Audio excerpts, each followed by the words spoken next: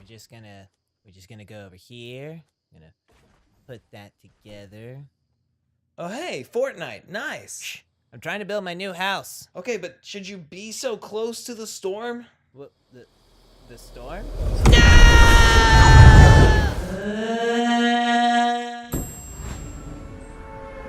There is a game that has caught the world's attention, a phenomena that has garnered celebrities, the media's, heck, even your dog's attention. And that, of course, is Pokemon Go. Ha! Well, it did. For like a month, and you told me to be more current. Fortnite has definitely made an impact. It's not just a niche part of gaming culture, it's extended its reach the way that few games have actually done before.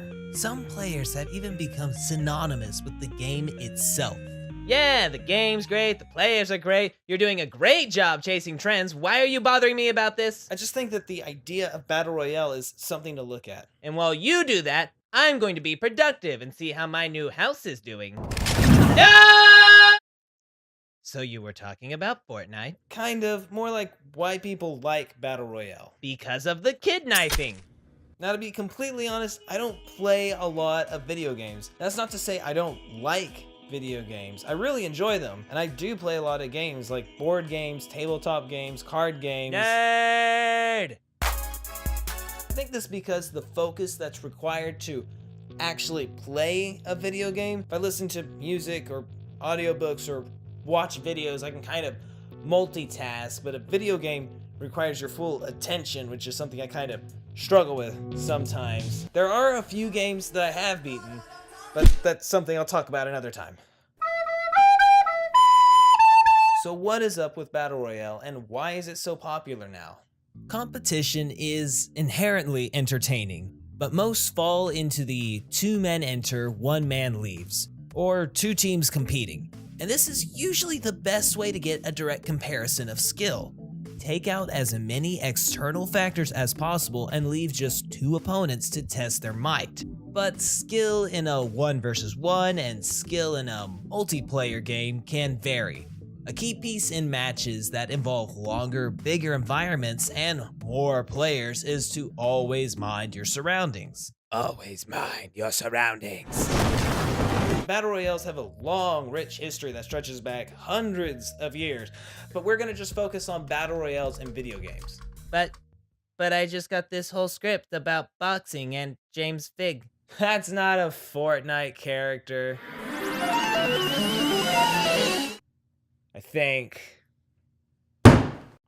There have been mods for games to have this free-for-all fighting until 1 player remains. I think the most popular of that being Minecraft's survival game from 2012. Minecraft is already a survival game, putting you out there with no equipment and you have to scavenge for supplies. Giving it a mod where players fight each other while trying to build up their arsenal is a perfect blend. And with the release of a certain film with so much shaky cam you swear you were watching The Bourne Identity, the genre of Battle Royale only grew. Hey, don't steal the jokes. I tell the jokes.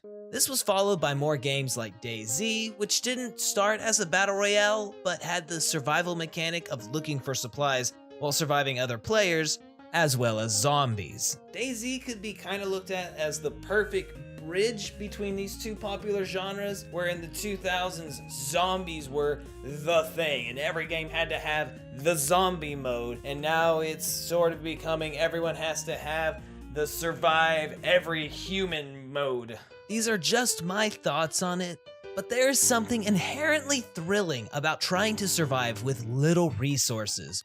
When you build up your supplies, you had to get those resources and use them effectively.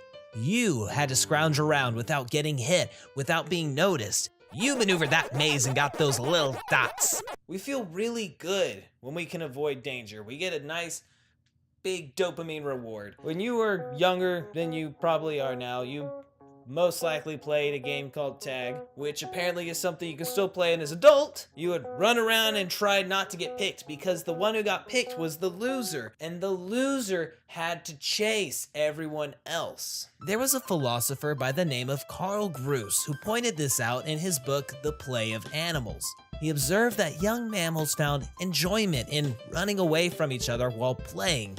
This led to the animals developing those fleeing skills that could later be used in life. One of the largest causes of death for most species of mammals comes from predators and sometimes attacks from their own species. So being able to flee is very important for survival. Whenever you watch a football game, everyone refers to the quarterback, or so I'm told, because he has to be the best, not at fighting, but at fleeing, at surviving. I'm starting to realize all my videos have something to do with survival. Done! Natural selection. お前はもう死んでいる。何? These survival games let us simulate those scenarios. They may not be the exact skills, but they employ the mentality of foraging, rationalizing supplies, hiding from danger. All video games. What? All well, not all, but a lot of video games do that. You could be talking about Dark Souls or Halo. They have you conserve, hide, all that stuff. And that's a good point. That's what makes a lot of games fun. But not all games go purely off of a survival mechanic. If you die in Halo, you can respawn, same as Dark Souls. You may be penalized for it, but you get another chance. In these survival battle royale games, once you're dead, you're out. And what's more fun and satisfying to survive than just a slew of real world players? Multiplayer has gone through a lot of phases, which we won't get into now, though maybe someday. But right now, online multiplayer is the staple of playing games with other people. Fortnite is a shoot 'em up, kill it to win it game. But with so many opponents, there's an even more important ability: running, fleeing, hiding. You can hide in a bush. You can hide in a bush! The few times I've gotten close to actually winning a Fortnite match is whenever I spent time hiding, running around, building my super durable huts, and rarely was that time spent hunting other players. Yeah, I would still shoot, but more as self-defense or if someone came after me. That could be because I'm beta as but I felt more of a thrill trying to maneuver around other players and sneaking up on them all unawares. Maybe not everyone gets the same thrill as I do from this. I don't know your thoughts. I hide in bushes. I don't meet a lot of people.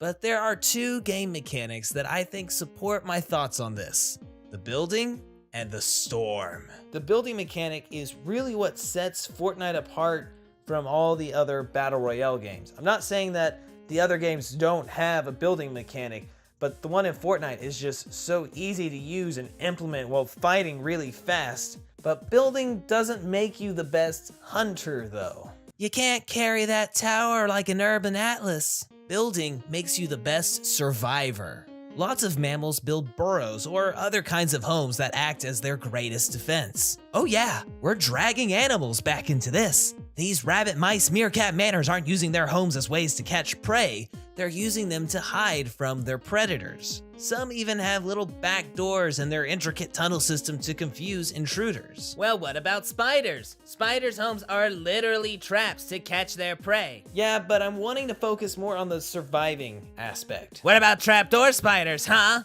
What about trapdoor spiders? Okay, so some of you players may get a kick out of being that lion ant with the infinite sarlacc sandpit dragging their prey down into the dark, deep depths below. And you are killing the other players to survive. So yeah, I kept it on the topic of survival after all. And the second mechanic, the storm. The idea of the storm was honestly my favorite part about Fortnite. I know PUBG has their own version of the shrinking map, but that game's one Jackson that I can't really part with, so we're gonna talk about the Fortnite storm. The storm is literally the environment forcing everyone into one tiny spot and responsible for ruining Fitz's real estate. As the game goes on, the area you can play in shrinks down as the rest of the map is covered in the storm, a purple fuzzy haze of Thanos fog that makes those parts of the map completely inhospitable for other players to stay in. And shrinking down the map really takes up the tension of the match. Even though more players have fallen before then, the shrinking space gives players less room to run or hide, making them abandon the homes they've built and eventually face each other in the open. This could still be hunting for some, but for me, those moments were just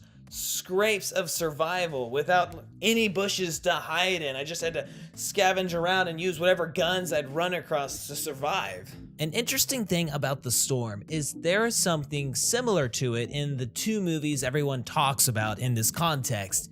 The Hungry Kids and the First to Do It Kids. Both of these stories take place in a secluded area, one of them literally an island. Fortnite! Dinkelberg.